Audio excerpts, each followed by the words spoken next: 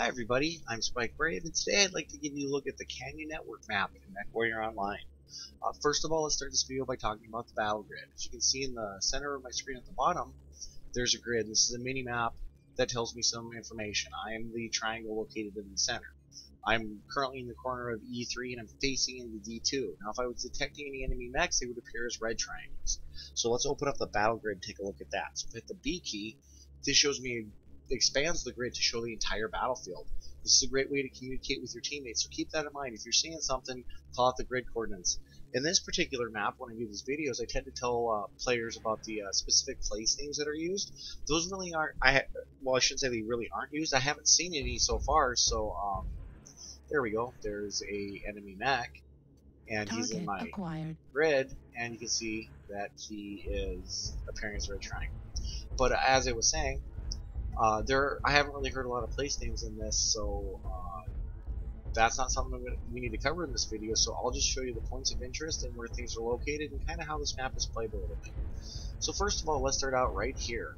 Right here, if you're playing an assault game, there'll be an enemy base, or your base, depending on which side you're on, but this is a base location, and there'll be turrets in the surrounding areas, so keep an eye out for those. And if you're playing Conquest, this will be a point to capture, so keep that one in mind. And then I'm going to show you a little hidey hole here in the corner. In the very corner here, if you follow the stream, you can actually go just a little bit into here before you go out of bounds. Now this is a great place to hide if you're playing Conquest and you need a few last points and the last guy up, or if you're defending your base, there's some pretty good cover here. So keep that little spot in mind. Some players do tend to use that, or it's something you can use to your advantage. So let's go over to the next point of interest. Something to keep in mind if you don't have jump jets is you can use this bridge here to navigate across the canyons. So that can become important if you don't have jump jets.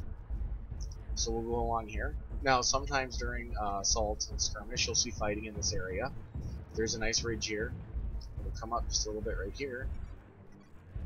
So some players do like to use this area to dig in and fight from. So you'll see that in your solo play. And then right over here is another capture point. So if you're playing Conquest, there'll be a capture point right here. Right at this spot. So a lot of times teams will start out down there and they'll have that base captured by default. And then they'll come up here to this base in Conquest, and then they'll fight from this ridge area here. So that's pretty common.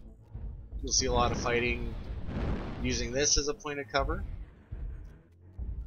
And then that does let you look out into the entire canyon. So keep that in mind, that that's where some fighting will take place.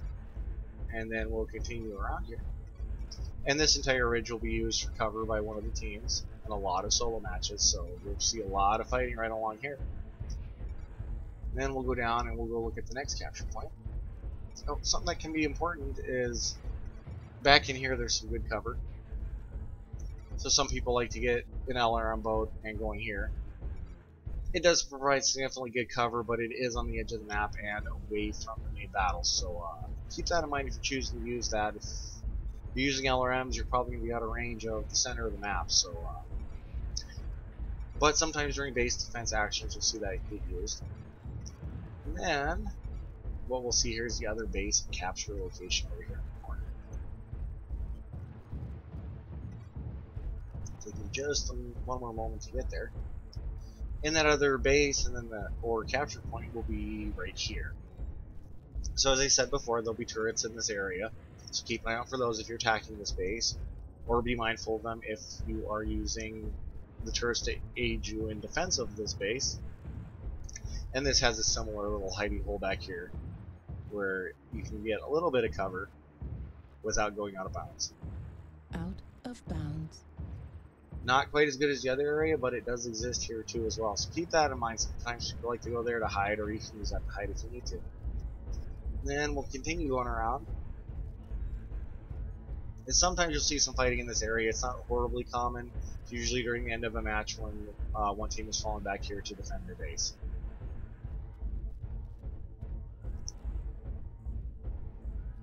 Now there is a starting point located right about here, so sometimes you'll see jump capable mechs with long range weapons come up in here and use this area to snipe.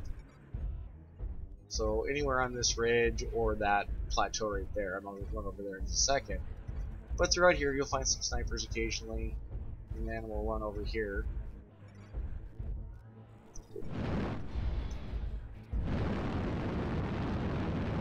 Fuel at 25%. And they'll use this as some cover to snipe out into these areas here.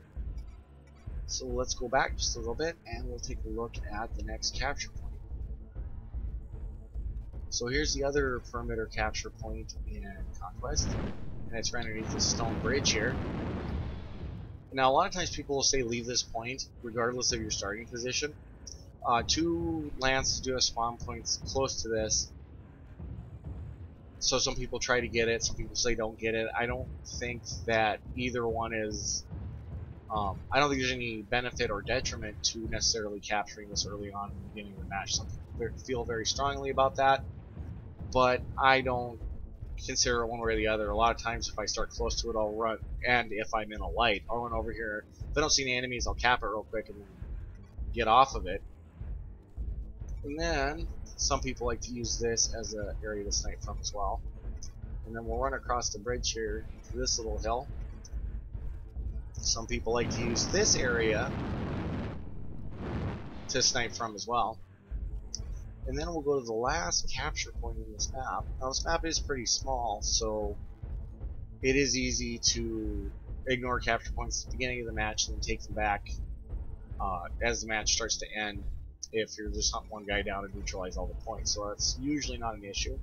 But that last theta capture point is right here in the center of all this.